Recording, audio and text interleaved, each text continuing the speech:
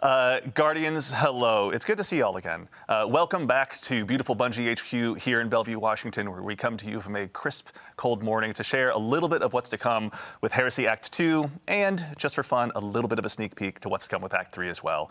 My name's Andy. I work on the social media team here, and worry not, we've got, as usual, an amazing cast of guests to go ahead and walk through some of the finer details of what you're going to be seeing today. So, as always, there's no time like the present. Let's go ahead and dive on in and get them introduced so we can go ahead and show you what we got in store. Here, sitting to my left, up first, is someone who, if you joined us last time, is someone that you may have already known. Rather, sorry, I'm going to go ahead and just make sure we get right into your intro. Someone that you may already know, narrative architect here at Bungie, the one and only Mr. Nico Stevens. Nico, how's it going today, man? It's going great. Thanks for having me, Andy. How are you doing? I'm doing so well, thank you. I appreciate it. So for anyone that maybe didn't join us last time or isn't aware of what a narrative architect does, can you tell us just a little bit about who you are and what you do here? Sure. So like I said, my name's Nico Stevens. I'm narrative architect at Bungie. I've been here since Season of Dawn, and basically I contribute to all of the stories that people play through, whether it's text, lore, gun names, building out the actual beats of the story. And as the architect, more recently, what I've been doing is kind of putting together the player journey, as we call it, that the player experiences as they go through the beats of like a main campaign. Yeah. So you're tugging our heartstrings months in advance at times. Oh. Excellent. Well, thank you. It's been a lot of heartstring tugging so far this episode.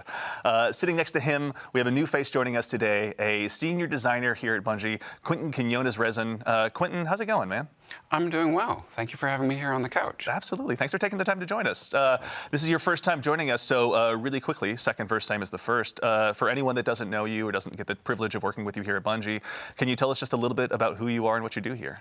Sure, yeah. I am an activity designer. I've been with Bungie since the Beyond Light expansion, and I've worked on, for example, the Altars of Summoning activity in Season of the Witch, and the Breach executable from episode Echoes. Very exciting. And of course, some more stuff we'll be diving into here just very shortly. And then, of course, sitting just next to him, a man that is a friend to all Guardian kind and needs no introduction. So we're not going to give him one. Let's go into the show.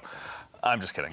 Sitting next to him is, of course, the incomparable one and only Mr. Dylan Gaffner, Global Community Lead here at Bungie. Dylan, how you doing, man? I'm doing great. Thank you for your 15-minute Rick Kakis intro. I'm very much looking forward to it. I tried to edit it down, as you can tell.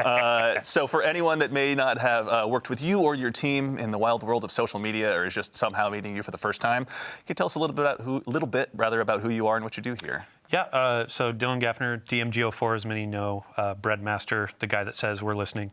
Yeah, ultimately, I'm a community lead here for Destiny, top of the team, where we run all the TWIDs, we make sure Guardians are informed, we take your feedback, pass it along to the dev team.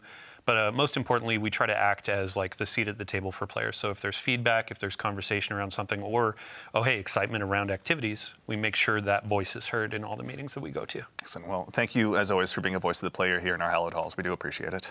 And in addition to these fine folks, we're also going to have some other folks joining us throughout the show. It's a pretty jam-packed one, so we'll make sure to introduce them as they come along. But worry not, that's just not me summoning them into existence. We have a ton of folks here to show you what's in store. So let's go ahead and kick things off. Nico, I'd love to go ahead and start with you. Obviously, we're going to go ahead and be concluding Act 1 of episode Heresy here very briefly and leading into Act 2. Before we kick off Act 2, can you just tell us a little bit about what got us here today? Yeah, so as people who've been playing know, we had an Echo that came from the Pale Heart, came screaming out from the death of the Witness, slammed into the Dreadnought. This revivified Oryx in the form of the Echo of Navigation. Mm-hmm. We found that during the finale of our first act, and over the course of searching for it, we delved deeper into the Dreadnought, started uncovering taken powers, and we met an enemy of the Dread who has taken something from us. Interesting. And also, in addition to our enemies, there's an ally of ours that had a very difficult start to the story. Are we going to be seeing more of Eris's story as we dive into Act 2? Yeah, so let's see. So back in Act 1, anybody who's playing through that first mission, you recognize that we had to change Eris's class designation from Lightless Hunter to Shish Kebab. How dare you? But in Act 2, you're going to be hearing some whispers from beyond the veil as you're going through Nether, as you're going through Court, and as you're exploring those activities and exploring the Dreadnought more, you're going to be picking up some of these messages and hopefully being able to reach beyond that and see what's on the other side. Yeah. And for our eagle-eyed players who played through the first act and saw that cutscene where Eris died, they see her wake up in this ascendant world, very much resembling a throne world. Yeah, there's been some educated guesses in that direction, but obviously there will be a lot of lore to dive into, so Vase, if you're out there, maybe you can help us out and kind of tell us a little bit more about what's to come. Excellent, so that sets the stage, but we're also gonna go ahead and dive into an activity here. We've got some gameplay ready to show on screen. Quentin, we've got a new activity that we're gonna go ahead and release with Act 2. Can you tell us a little bit about what the Court of Blades is? Sure, yeah, Court of Blades, when we were talking about bringing back the Dreadnought, obviously we're going to pay some sort of homage to the fan favorite activity, the Court of Oryx, that occurred in this space. Yeah. But we wanted to freshen it up. We wanted to explore, what does Destiny look like right now?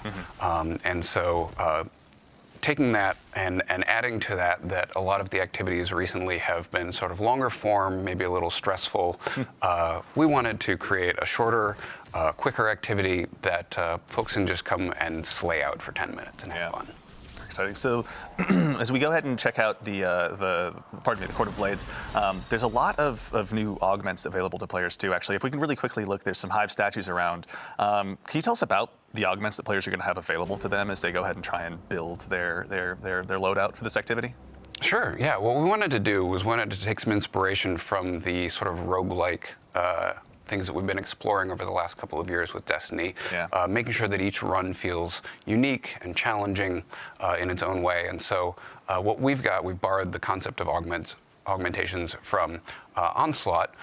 So players will see those, and they're a little different in this case, where they provide challenges that players may be able to overcome in other ways.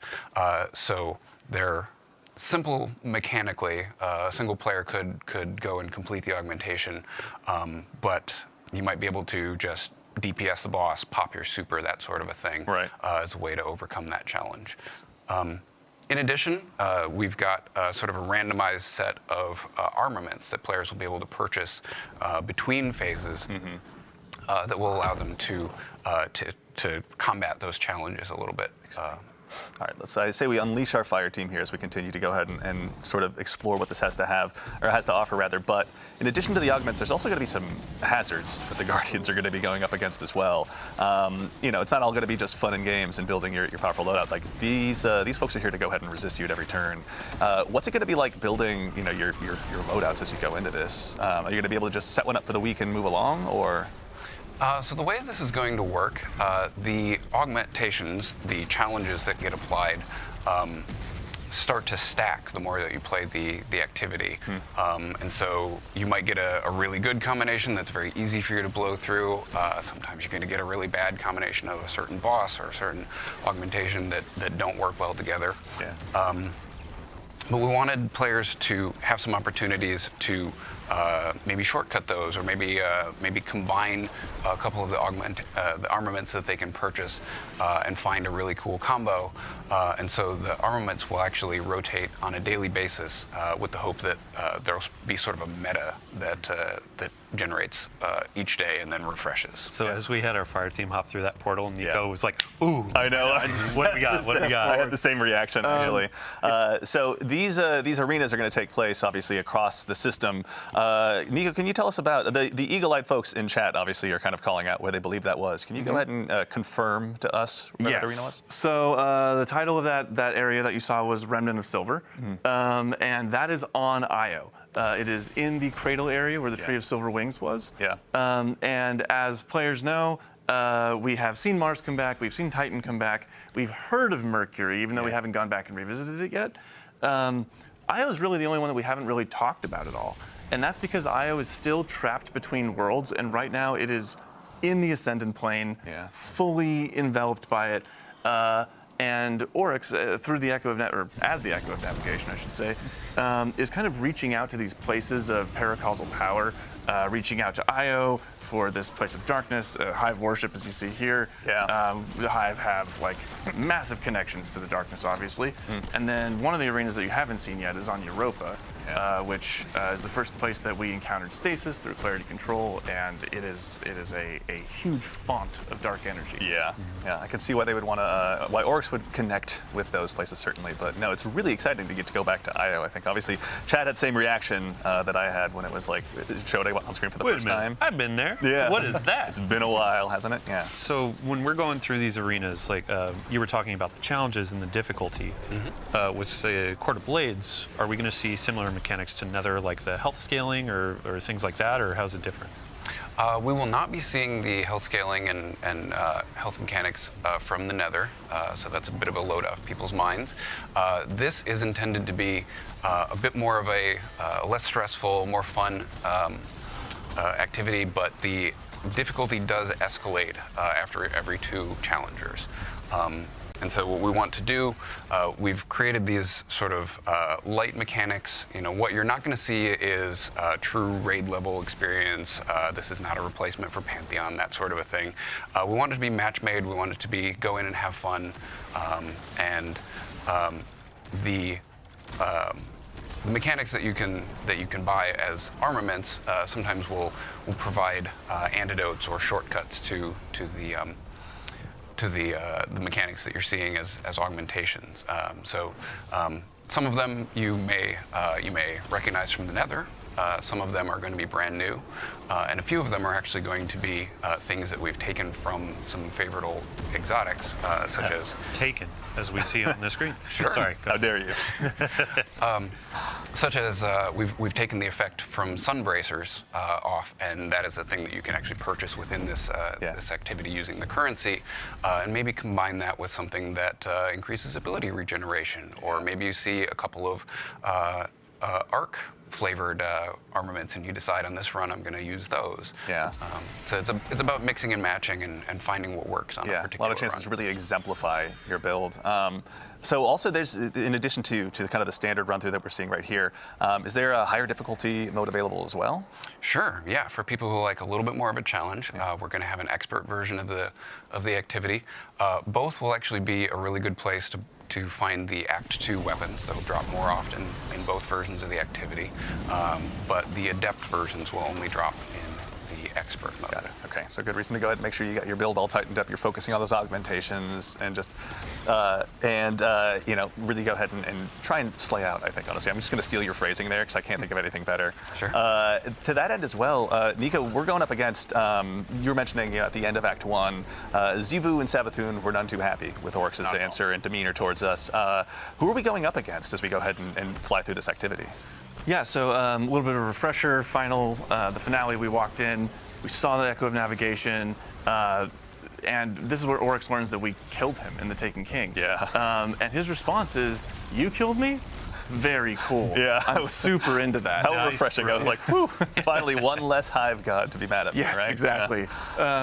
So what Oryx is kind of doing here is he wants you to be his guy. You know, he wants you to take up that mantle of Taken King, and he's testing you. This is him testing his knife, right? Making sure it's as sharp as it's supposed to be. And while he is doing that to prove that you are the Taken King, Zivu is here saying, no, I want my brother back. Yeah. Let me give you another champion. She's presenting her own Hive champions, trying to say, let this be a vessel for you. Yeah. Much like we saw in Pit of Heresy, it's a similar idea to that. And then Savathun, on the other end of the spectrum there, is saying, this is stupid. We should all just move on from this chain to the sword logic that we have. Yeah. Stop being shackled to these old ideas. Yeah. We can all be free. That sounds kind of heretical. It does sound a little heretical, a little bit, yes. No, I mean, we have to give a shout out. So Oryx has been kind of whispering in my ear through Nether and through the activities of Act 1. I'm assuming we'll see more. Of course, we've hidden the VO, we've hidden the subtitles and stuff to avoid spoilers. But I wanted to give a shout out to the voice actor. So the voice actor for Oryx is Joshua David King. They did a fantastic job every single time we were in the recording booth. All the narrative designers, our voice director, everybody was just losing their mind over the performance. It was fantastic. And I mean, you get to see it in the game. It's amazing. Yeah. It's always wonderful seeing like Morla coming in, bringing Eris to life, and then in this case, Oryx is alive. Yeah. And this is the first time that we're having kind of a relationship with the Taken King. Yeah, So, and it was a big deal for us because we wanted to make sure that we did that character justice, and they didn't really have Oryx as a character didn't really have a suite of voice acting before, so we wanted to make sure that it felt true to what Oryx was back in the Taken King as well as now with the Echo Navigation. evolving from just grunts of like, "Rah, Taken," Exactly. and now it's like, yo, sword logic, you killed me, you're cool. A lot more verbose now. Yeah. Oryx has been really reading the thesaurus recently and making sure that he's got his vocabulary Yeah, all up to snuff. Actually, as well, really quickly, Quentin, I'd love to go ahead and check with you as well. There's new. I think we were talking about the shaping slab earlier as well before the show. What sort of additional enhancements are available there? Sure, yeah. As people will have seen in Act 1, there's a set of upgrades that they can purchase and slot in based on how far they have ranked the vendor that are specific to the Nether and the requirements of that, providing a free revive token, things like that. Court is going to get a whole new set specifically for it, as well as some permanent upgrades to help players deal with the heavy and increasing challenge as they get deeper and deeper and try and up that score of how many challengers they can take down in a single run. Chances for our creators to make some guys. Maybe Abontis can help us out this time around. We probably got something in store there. But we now actually would love to take a moment to introduce another new face to our couch for the very first time to help kind of talk us through some of the weapons that are going to be available to you as we go ahead and kick off Act 2 of Heresy. We are now joined by the one and only associate designer here, probably the one and only Morgan Dickens, associate designer here at Bungie. Morgan, how's it going today? It's going well, thank you. Absolutely. So for anyone that doesn't get the chance to work with you at Bungie or is unfamiliar with your work, can you tell us just a little bit about who you are and what you do here? Yeah, absolutely. So I'm Morgan. I'm a weapons designer here at Bungie. I work on the origin traits and perks and just the general gameplay for the weapons. I did the Act 3 weapons and the Telesto update, if that tells you anything about me. That's true. So obviously we have Morgan to blame/thank, depending on what side of Telesto you're on for the new catalyst. Yeah. There were some whispers of Telesto's broken on day one. I was like, what do you mean broken? And then it's, oh, you mean like good broken. You're right, yeah. So good job. Community loves it. Thanks, chat, for shouting out. Yeah, as we all collectively wiped our brow and we're like, okay, cool. Telesto's broken and Morgan hands us another win. So speaking of, we're going to have some new weapons. The folks in chat have obviously seen let's go ahead and start with what's here on screen. The glaive that we're looking at right now. We're going to have some new weapons joining, but can you tell us a little bit about the glaive we're looking at right now? Yeah, absolutely. So this glaive is Refusal of the Call. It is our second kinetic slot glaive that we have ever done, and our first strand glaive. Excited. So this one, as someone who's been humbled by glaives more often than I care to admit in the Crucible recently, what are some roles we should be looking forward to with this one? Yeah, so as displayed on screen, Sword Logic Discord is a very fun role with good ammo efficiency and really high damage potential. Mm-hmm. And if you're looking for a fun Crucible role, tilting at windmills and melee momentum is really fun. Okay, that's one I'm going to That's a good name for a perk. Tilting at windmills in Crucible. Yeah. Tilting your opponents. Why do you stare right at me when you say that? I don't know. But I do want to make another call out. So in Act 1, we were talking about, when you're going to the Dreadnought, it's peeling back, the skin is coming off. When we were just looking at this glaive, they all follow that same theme. So right now, you have a big sword on a big stick that's covered in teeth. Like, I cannot, this is my number one thing when Act 2 goes live to go and grind for me. So. Yeah. I'm looking forward to that. And I couldn't help but notice, obviously, there's a very, very scary looking new Void bow as well that our Guardian here has been using. Can you tell us a little bit about this bad boy? Absolutely. So Anamnesis is a Void lightweight frame bow. This one's really cool because the origin trait grants charge speed. So dealing damage to enemies and getting final blows will slowly just lower that charge time. If you're a bow lover and you have always wanted to take something other than Archer's Tempo in the left column, now's your chance. Yeah, fair. I have my vault is littered with Archer's Tempo in that first column, so no, I'm really looking forward to that one. What are some roles? I think we've got some repulsor brace action going on, but what are some roles we can look forward to here? Yeah, you can pair repulsor brace with either destabilizing rounds or demoralize. And if you want to take advantage of that origin trait reducing charge time, you can throw a successful warm-up and impulse amplifier on it and have one of the fastest firing bows in the game. Yeah, honestly, even having just gotten that roll on Exalted Truth like the other weekend on Trials, like I cannot wait to go ahead and take it out for a spin with this bow. The timing is impeccable too. Like last week on I think Reddit, there was a post about, oh, legendary bows, I don't use them very often, etc. But folks were going into the Nightfall with Monarch. the Yeah. Monarch. And I'm like, oh, here's a new Void Bow that goes with the artifact that has all these cool perks. Maybe you'll have a new thing to use in Nightfalls when the sidearm comes around next week. Chat, yes, the sidearm is next week. Don't worry. But yeah. It's awesome. And so, in addition to those, obviously Dylan mentioned there's a sidearm. What is the other? I think there's two more that we haven't covered yet. Yeah, so there's a sidearm, a submachine gun, and a fusion rifle. Exciting. The sidearm is one of our first heavy burst sidearms in a bit, and it's got bolt shot on it, which, given how quick sidearms reload, is pretty fun. Yeah. And you can also get sword logic on it as well. Yeah. It's always a fun option. Yeah, seriously, I When can't you wait. say heavy burst sidearm, is that a 2-shot? 2-shot. Got it. Yeah, it's going to be powerful. Again, I can already hear it ringing out, I'm sure, in my Trials matches. But we also have, there's a new fusion rifle. Oh, here, actually, we got the sidearm up on screen. Let's hang out here for a second and just take a look.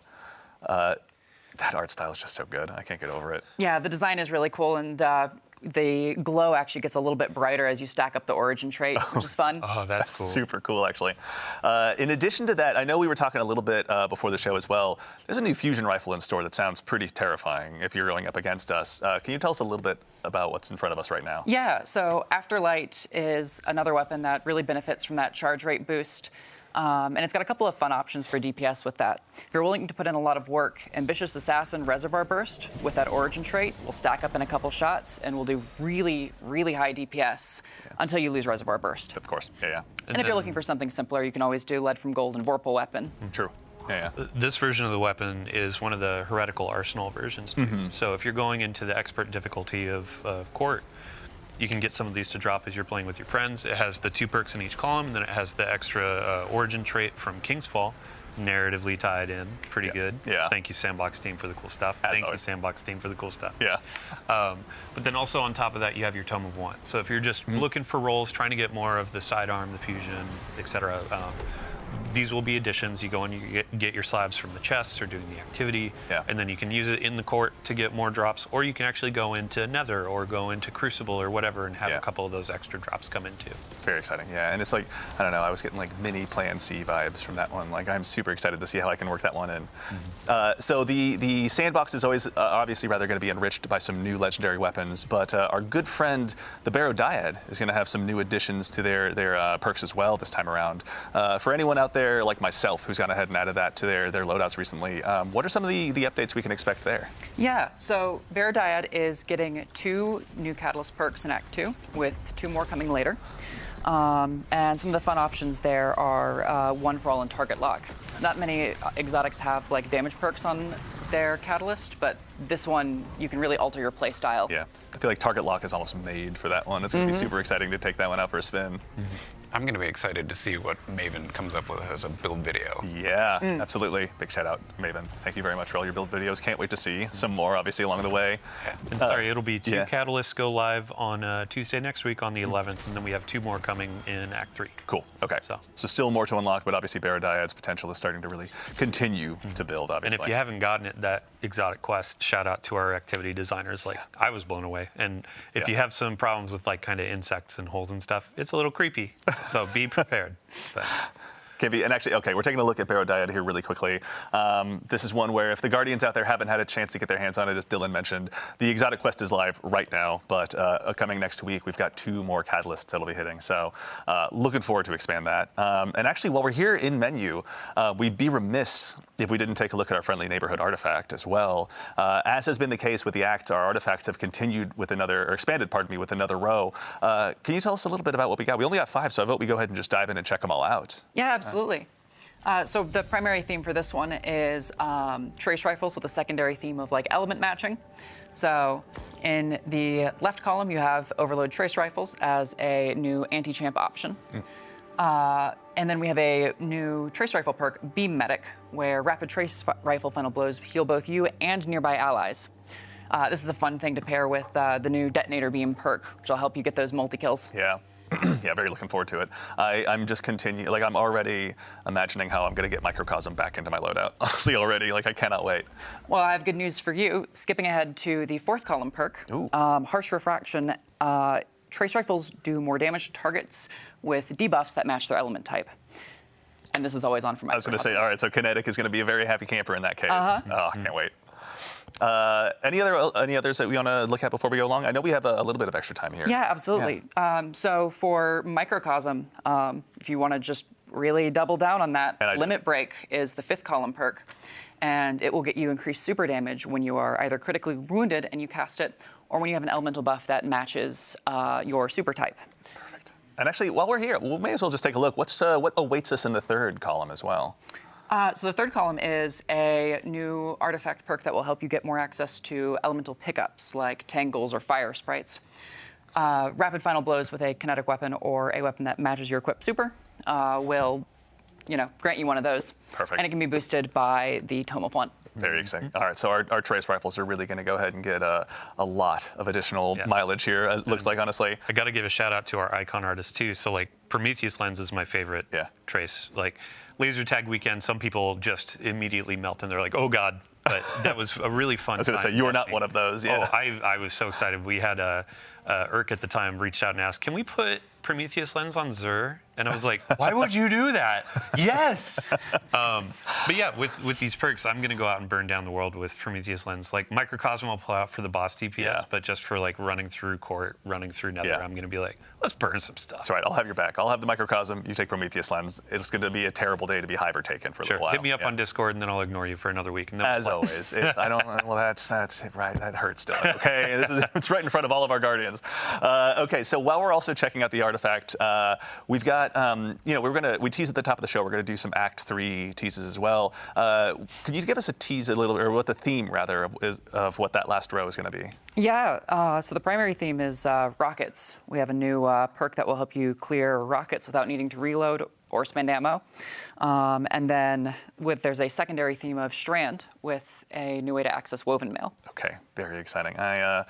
I cannot wait to go ahead and just dust off my rocket launchers too. Honestly, I still have my Apex Predator sitting around, and that one's been waiting for its time to shine. So I think this is that moment. Yeah. And outside of the artifact, there are going to be new things to play, right? Mm-hmm. Yeah, we're going to have refreshes to the Nether and Court in terms of new bosses, new combatants.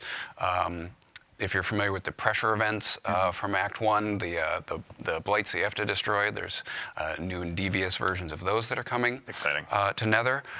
And then in Act 3, our featured activity is going to be the return of the Sunless Cell Strike. Right, yes.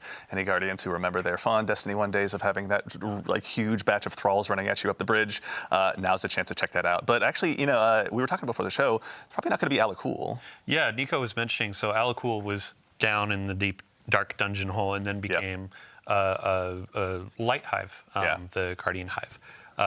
What do we Light call Bears? it? Yeah, well, it was He's Light the Bear and then it was light like the Lucent Hive. Ella Tool is what you called it, and I cringed. Tool. Yeah, it's creativity's a process everywhere. So with the Lightblade Ascending being in the Throne World doing their own thing, who is in the Sunless Cell now? And that's something we'll find out in Act 3 in April. Yeah, very exciting. We'll have a chance to check that out. And actually, Dylan, while I've got you, I'd love to put you on the spot. In addition to obviously all this stuff that'll be arriving with Act 2, Guardian Games is going to be making its triumphant return as well. Oh yeah. So let me get my handy dandy notebook here. Replaced the big one with the little tiny one. It looks like I take notes now. He's like he's a reporter out on the beat. Yeah. So Guardian Games starts next week. Yeah.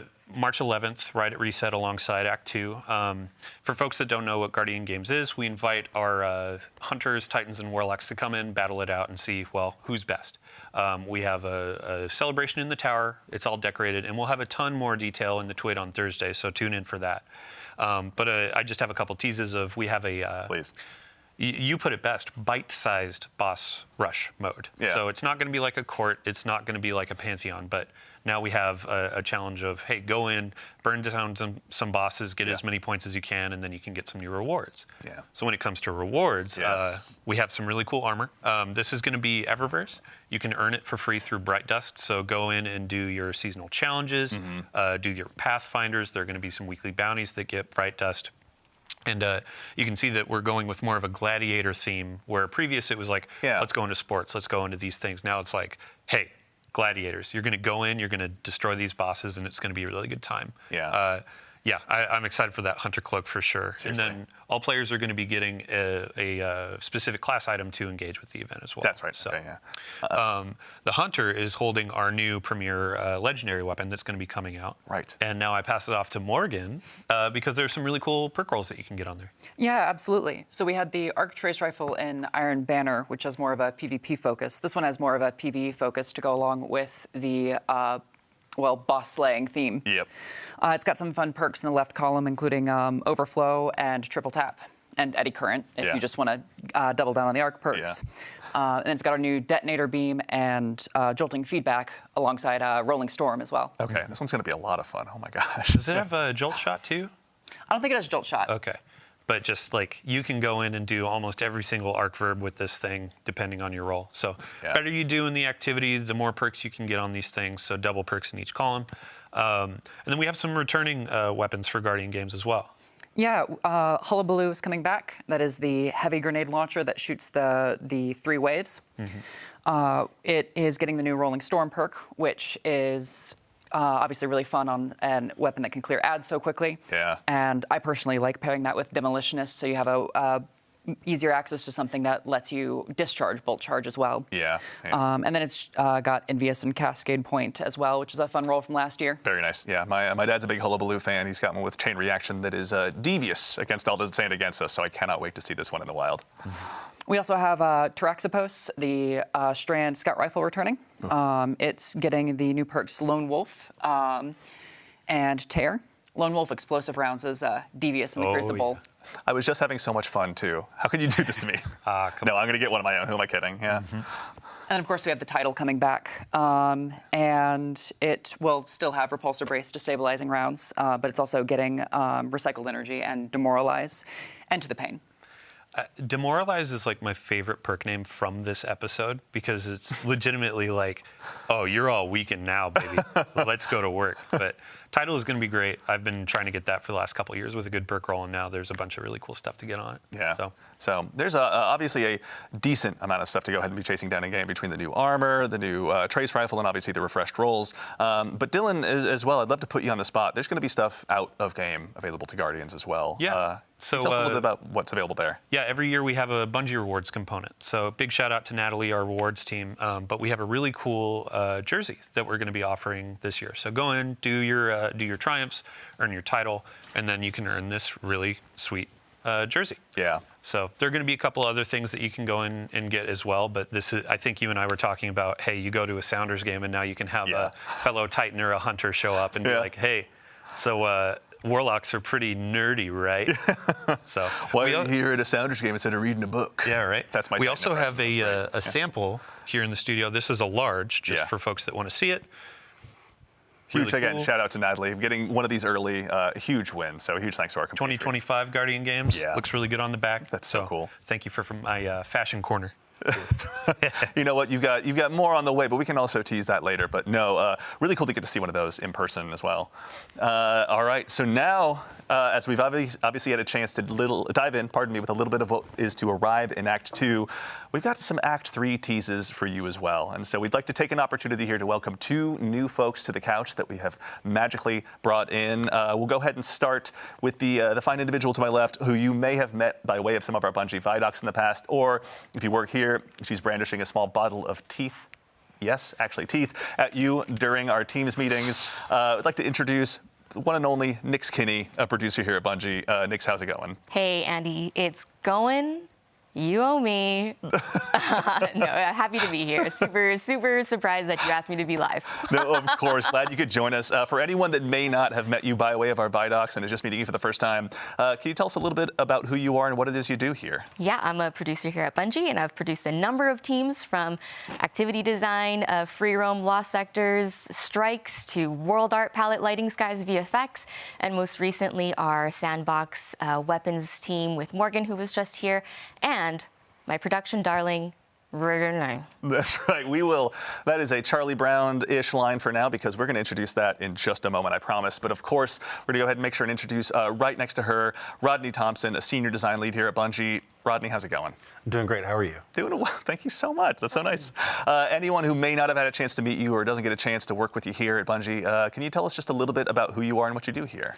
Sure. I've been at Bungie for about 10 years. I'm a designer, and I'm the sandbox craft lead. And additionally, I've been the team lead for the Charlie Brown redacted team that Nick's just mentioned. Very exciting. We've got some cool stuff to check out. Now, actually, Dylan, you and I were talking a little bit about this. There's going to be a new event arriving with Act 3. Yeah, this event is free to all players. It's going to offer something for lower skill for folks that maybe want to start getting into some endgame content, and then it's also going to offer some things of higher difficulty. I don't want to steal too much thunder. Oh, no, of course. Yeah, I mean, let's tee it up. Yeah, that allows us a chance to introduce it. Rodney, would you like to do the honors of introducing The Rite of the Nine. Yes. Rite of the Nine? So Rite of the Nine is our new event that we've been working on. Really excited about this. It is a limited time event that features our dungeons. 3 of our dungeons that are part of this event. That's going to be Prophecy, of course, because of the 9 associations, but also Spire of the Watcher and Ghosts of the Deep. So these 3 dungeons, we've seen a lot of reaction, positive reaction to the contest modes for our new dungeons as they've come out.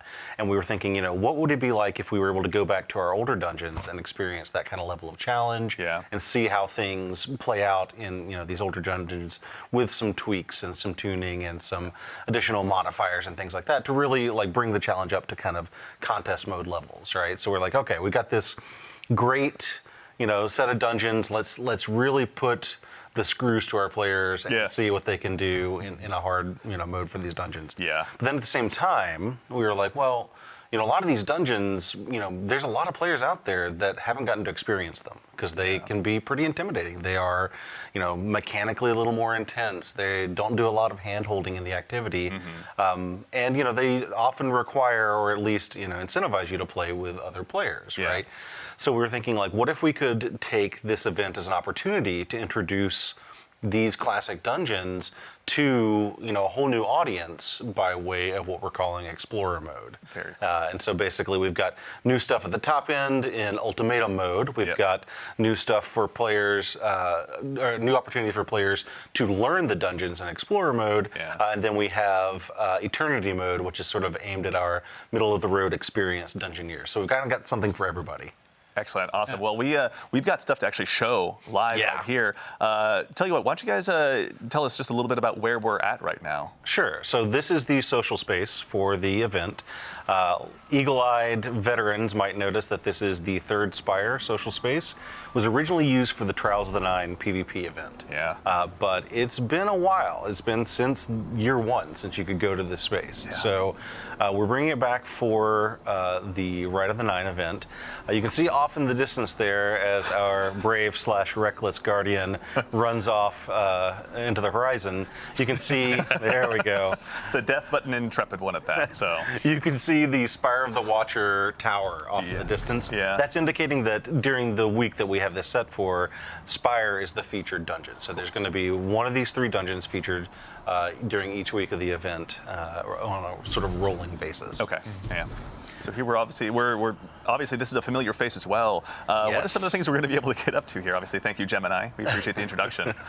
So the Emissary is our vendor, and the Emissary offers you quests, bounties, rewards, a wide variety of things to do during the event. Like I say, it's all dungeon focused, but we're going to be leading you into those dungeons and giving you rewards for beating them on the various difficulty levels. And I'd be remiss if I didn't mention, I believe I see some weaponry here in the background. Yes. What are we looking at here? So for this event, we have taken 4 of the weapons from each of the featured dungeons and given them a big revamp. We've redone their perk pools, introduced perks that have come in over the seasons since the dungeon was released, and put those into these weapons and really given them a good juicing up as far as the perks that are available. And what you're sort of seeing here is the ability to attune to these various weapons, just like you could during Into the Light with the light weapons, so that if there's a particular one of these that you really are hunting a certain role, you can attune to it get more drops of that weapon during the course of the event. Very exciting. Okay, that's we see some fans obviously in the house here. So we've got, as you were mentioning, ultimatum mode. We can go ahead and talk a little bit about later. But as we noticed, Inspire the Watchers here, Nix, can you tell us a little bit about Explore mode and how you guys kind of built that and what that process was like? Yeah, playtesting for Explorer mode was truly so cute because it required us to find people in studio who had never played dungeons before. Yeah. And that means we sourced folks from all corners, all levels, and made them equal in the name of a dungeon. So it was really great to see them go through our dungeons and having us tune it so that by the end of our playtest series, I think they just grew into folks who were really quite adept at dungeons. And I want to say can go on to even solo them if they wanted to. Yeah, I mean, it's a great starting point. I think we were talking a little bit before the show, but Explore mode obviously grants the opportunity, one, to just learn, to just go ahead and kick the proverbial tires in the dungeon, figure out how arc attrition works, which we can see here in just a second. But for folks like myself who do really enjoy running dungeons, and I've only soloed one dungeon, but if I wanted to go ahead and really get all of my strats ready for a solo, maybe a solo flawless run if I'm lucky enough, this seems like a great way to approach that. For sure. Yeah. I mean, in the Explorer mode, you have some tool tips, so that'll give you some idea of how to navigate these puzzles and also some waypointing to help you get through some tricky areas that you may not be able to find on your own. Yeah, there's a lot of minutia to always find in these, and it may not always be obvious which way to go. And so you guys, like we were talking about before the show, you actually built some new tech to help kind of establish those breadcrumb trails for the Guardians. All right, we're about to dive on in actually here as well, but very briefly as well as we go ahead and prepare to land, a brief touch on ultimatum mode as well. What are some of the key differences between those two experiences? Sure. So while Explorer mode, of course, is aimed at people who have maybe not as familiar with the dungeons or never really given them a shot, Ultimatum mode is for players who are familiar with the dungeons and are used to a high level of play. So they're going to be our most challenging. They're going to be at sort of a power level equivalent of contest mode. Cool. So you're going to be facing tougher enemies. And then we're also using some activity modifiers to sort of craft the experience and make it a little more challenging, but also just give you a little bit, require you to make a few decisions before you go into the dungeon or before you go into an encounter that you wouldn't otherwise necessarily be thinking about. So for example, we're using the not swap activity modifier, which basically means you need to keep one exotic equipped for the duration of an encounter. That's just sort of a way of saying, like, okay, we need you to really focus on thinking about this encounter and figuring out how you're going to tackle the challenges associated with it. And then both Eternity mode and Ultimatum mode are scored on a per encounter basis. So the higher your score in that encounter, the better the loot drop is going to be. You'll get double perks in different columns and things like that. Very awesome. That's all based on deaths. So instead of being based on kills or number of damage phases or things like that, it's basically getting through the encounter with fewer deaths gets you a higher score. Yeah, be as alive as possible. Exactly, right. So what we're really challenging you to do here is we're challenging you to go into this harder mode and not just execute, but also execute in a way that gets you a higher score, gets you better rolls, and of course in the Ultimatum mode, you'll be getting adept versions of the weapons. Very exciting. Yeah. So when you say adept, Yes. I mean, are they just adept, or do they have any special treatment, you might say? Well, they are in fact adept in name and in functionality, but also they have the new treatment. So all of our weapons have a new visual treatment to them that has 9 iconography on them.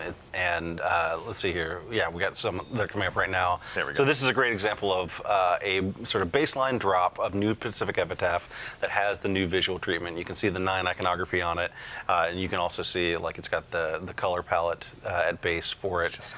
So all of our weapons that will drop during this event will have a new visual treatment. It'll also have the new event exclusive origin perk, which is Gravity Well. This will drop on all weapons that drop during the event, and is only available in Rite of the Nine. So it'll be exclusive to this event. Very exciting. And then I think Guardians out there, we've referred to them as holofoils in the past. So as you're going in, you're doing the harder difficulty, you're earning these adepts. They're going to have the animated holofoil.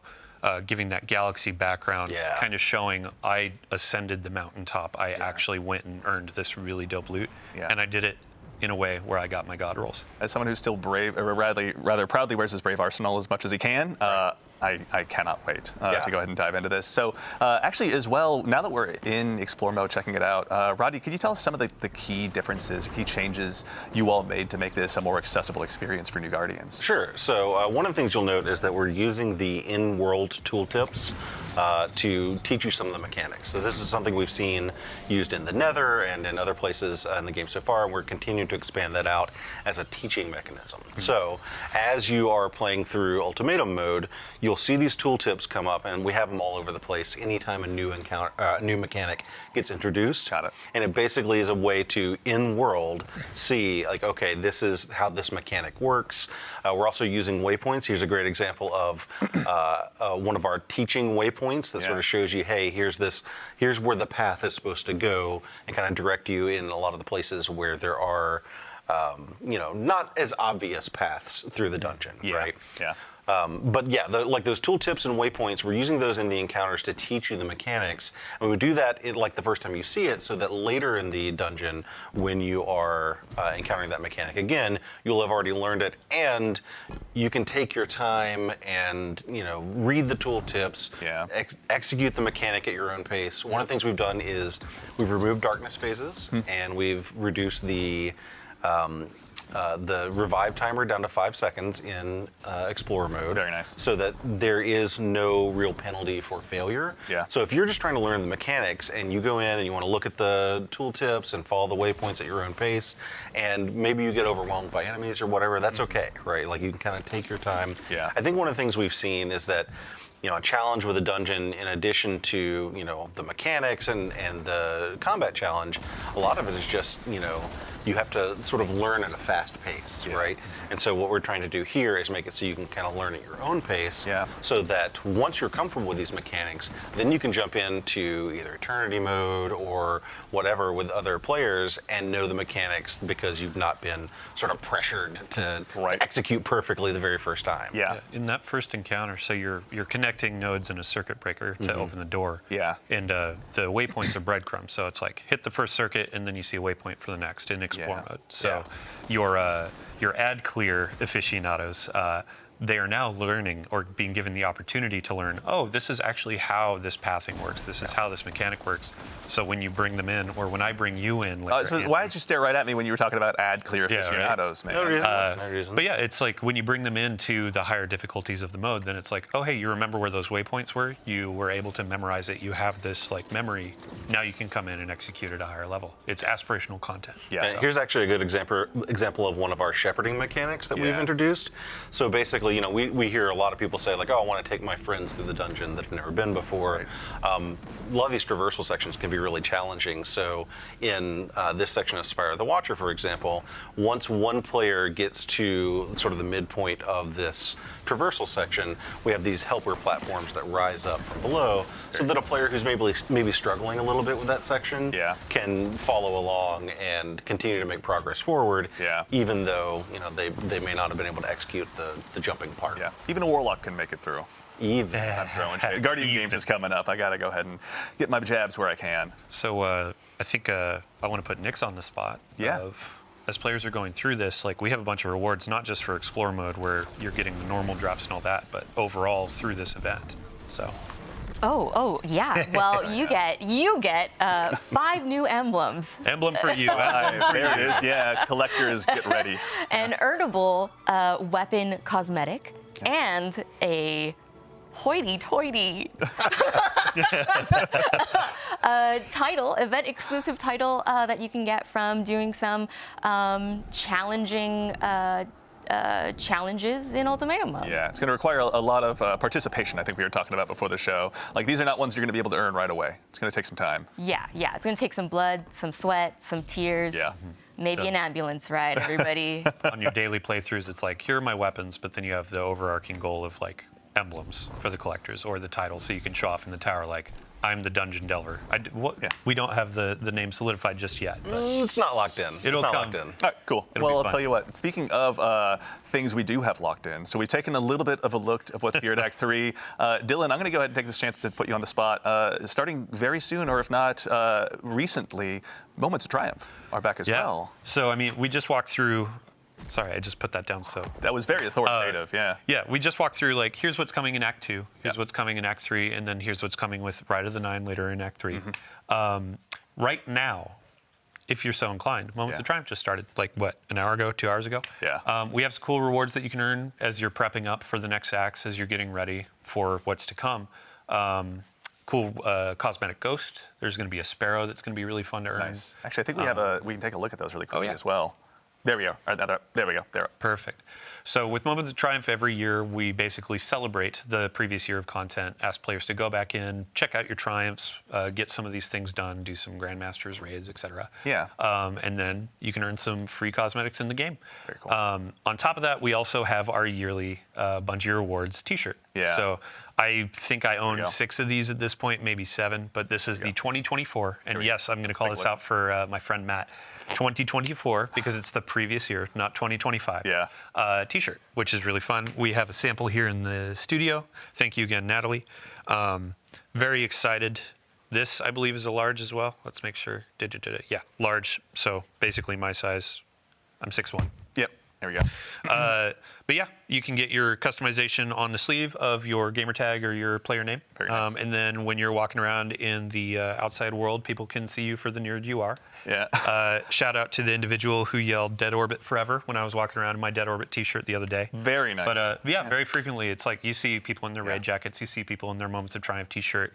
And then when you purchase any Moments of Triumph related, the t-shirt, the pins, anything like that, there's also a special emblem. It's a gift with the purchase. So in-game, you get a little bit of swag too. That's really cool. I always love those shirts because it, like, you know, going to a PAX or something, it becomes this like hidden secret language where you're looking around and see people with their different Bungie Foundation shirts on or their different Moments of Triumph shirts on, and you kind of give each other just a nod as you walk through those hallways. Yeah, so it's like you have your in-game Ghost Sparrow, but then when you're going through Rite, it's like, I have my title. In real life, it's like, I got my title. Yep. I got it on my war vest, I got my t-shirt, Earned etc. it. Yeah. Excellent. All right. Well, everyone, we have had a very big show today. And so that, I think, about leads us to the conclusion is what I would say if we didn't have just one more thing to share with you. So obviously, we've touched a little bit on some of the stuff that's going to be arriving with Act 3. And we actually have a sneak preview also of a currently in development limited time PvP mode that will be joining Act 3 as well. I vote we go ahead and just throw it up here on screen. Let's take a look. Everyone, we'd love to introduce you to Heavy Metal.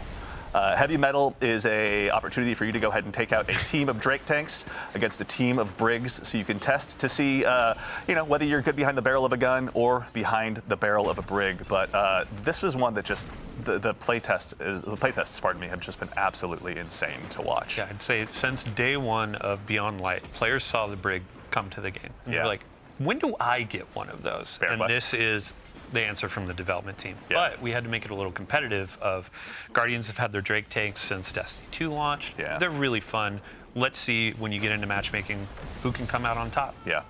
This is one that we're very much looking forward to unleashing upon the community. But as you can tell, the Drake tanks and Briggs alike provide some pretty unique tactical opportunities that we're looking forward to seeing getting into the Guardians' hands. But yeah, this one has just been an absolute hoot to see in development, honestly. Yeah, and when it comes to like, this is a PvP thing, we say competitive, but this is a goofy, like, this is fun. You're sitting down on a Saturday night, you're chilling with your buds, and it's like, let's hop in a tank and try to do some 360 no-scopes while we, like, boost off of a ramp. Yeah, we just finished a raid. Let's have a palate cleanser here and just have a good time. I want to go for a movie of the week. Why don't I hop into a Drake and try to get a triple kill? Like, Chance. Yeah. There weren't enough sick flips in that raid. So Yeah. I gotta get out there on my Drake tank. Just how many 360 no-scopes can we get into this thing? We'll find out.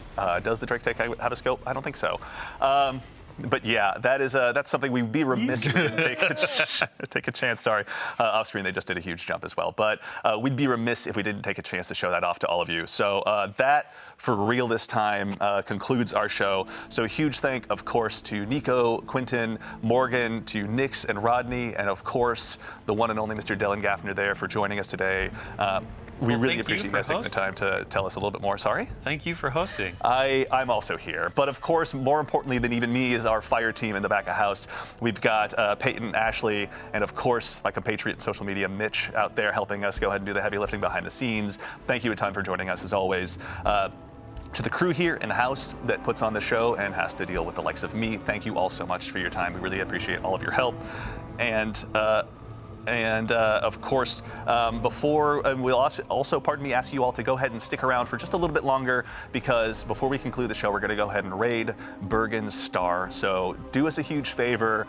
Stick around for a little bit, join the raid, give them a follow, and tell them we said hello. We'd appreciate that. So today we covered a lot. We went through the activities coming with Act 2, such as Court of Blades, the continuation of the Barrow Dyad quest line, some new weapons joining the sandbox, took a bit of a look ahead at Act 3. There was a lot for this one, everyone. So of course, more than anything, we know you all are very busy. We appreciate being a part of your day, and thank you all so much for taking the time to join us today. We do appreciate it. It's always a lot of fun to get to put these on, but they don't matter unless you show up. So thank you. So in the meantime, from all of us here to all of you out there, take care of yourselves, take care of each other, and we'll see you all Starside.